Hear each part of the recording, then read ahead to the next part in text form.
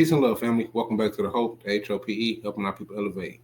If you're new here, welcome to the channel. To all my returning viewers, as I always say, welcome back, family. Today we're going to dive into a story that reveals just how dangerous it was to fight for freedom in the Jim Crow South. This isn't just about one man, it's about three young men, one black, two white, united by justice, torn apart by hate. We're going to revisit the true story behind the film Mississippi Burning, a Hollywood movie inspired by a very real nightmare. James Chaney, Andrew Goodman, and Michael Schwerner were murdered in 1964 for daring to believe that America could be better. This is their story. Peace and love. On behalf of Akuno Call for Bay, you know what I'm saying? Jay, where you at? We're trying to help our people elevate. Hope, HOPE. We're giving them hope. We doing what we gotta do, you know. Every day, one step at a time, man. We gonna make it happen. Helping our people elevate. Yeah. Sometimes I practice focus, thought, and meditate. I'm trying to come with other ways to help our people elevate and seeking knowledge, make me levitate. The lifted mental state is what results from how we orchestrate. This for the family's sake. Let's self-reflect and self-evaluate. And every day, make sure the steps you take, you calculate. Receive a master's fate. I know I can't exist without the hate, but that's okay. I balance that with higher self today. Success is on this way, and after that, my flesh can pass away.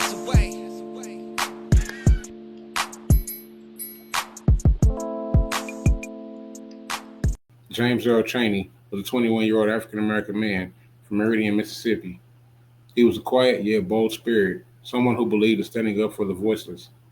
He joined the Congress of Racial Equality and dedicated himself to voters' education and civil rights in one of the most dangerous parts of America for a black man. He wasn't looking for fame, and he paid the ultimate price. Andrew Goodman and Michael Schwerner were two young white men from New York. They weren't tourists or performative allies. They weren't trained in nonviolent activism and traveled to Mississippi for Freedom Summer, a campaign to register black voters in the South. Michael Schwerner, who was just 24, had already made enemies with the Klan by helping organize a black community center. Andrew Goodman was only 20, full of promise, with a heart of justice.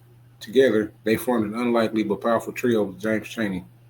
On June 21, 1964, the three men drove to investigate the burning of Mount Zion Methodist Church, a black church known to support civil rights work. Unbeknownst to them, members of the Ku Klux Klan had planned an ambush. After being arrested on false charges, they were released into the night, straight into the hands of waiting Klans members. They were kidnapped, beaten, and murdered. Chaney was brutally tortured before being shot. Schwerner and Goodman were shot execution style. Their bodies were buried in the earthen dam. For 44 days, their family and the nation waited until their bodies were found, lifeless, buried in silence. The FBI named the investigation Mississippi Burning. Despite evidence and witnesses, Mississippi refused to charge anyone with murder. It wasn't until 1967 that 18 men, including a sheriff deputy, were federally indicted for civil rights violations. Only 7 were convicted. The longest sentence served was 6 years. It wasn't until 2005, over 40 years later, that Edgar Ray Killen, a Klan organizer and Baptist preacher, was finally convicted of manslaughter and sentenced to 60 years. Justice was delayed, justice was denied, but it wasn't forgotten.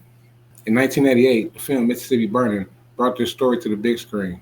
Starring Gene Hackman and William Dafoe, the film fictionalized some parts but captured the emotional truth of the case.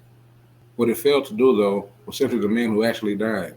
This story wasn't about the FBI agents. It wasn't about James Chaney, Michael Schwerner, or Andrew Goodman. It was about the price of black resistance and white allyship in the face of pure evil. James Chaney's legacy lives on in the voices of those who keep fighting. In 2014, 50 years after the murder, President Obama awarded the Presidential Medal of Freedom to all three men. Their families continued to advocate for justice, education, and truth. The story reminds us that freedom isn't free, it costs. And for some, like James, Andrew, and Michael, it cost everything. Now, if you made it this far, take a second to think about what you just heard. This isn't ancient history, it's American history. The blood of these young men stained in Mississippi soil so that we could walk free today. Drop a comment below to honor their memory. Share this story so it's never buried again. And if you haven't already, subscribe for more stories and history they tried to hide. Peace and love, family.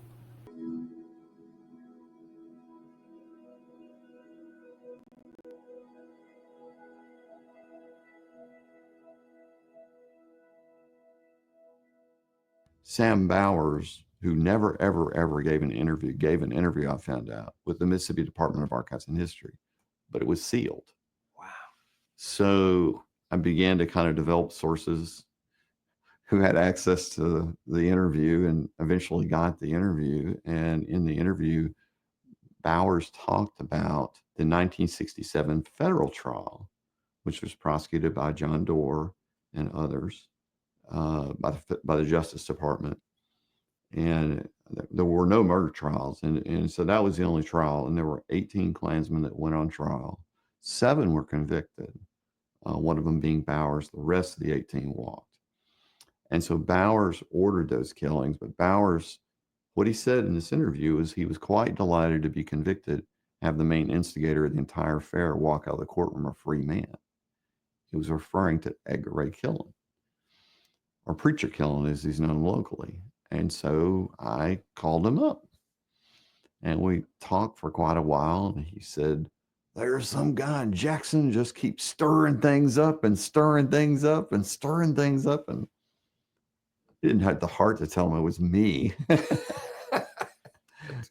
So I took him and his wife out for catfish and we talked. And I asked him if he had anything to do with the killings of the 3 civil rights workers. He said no.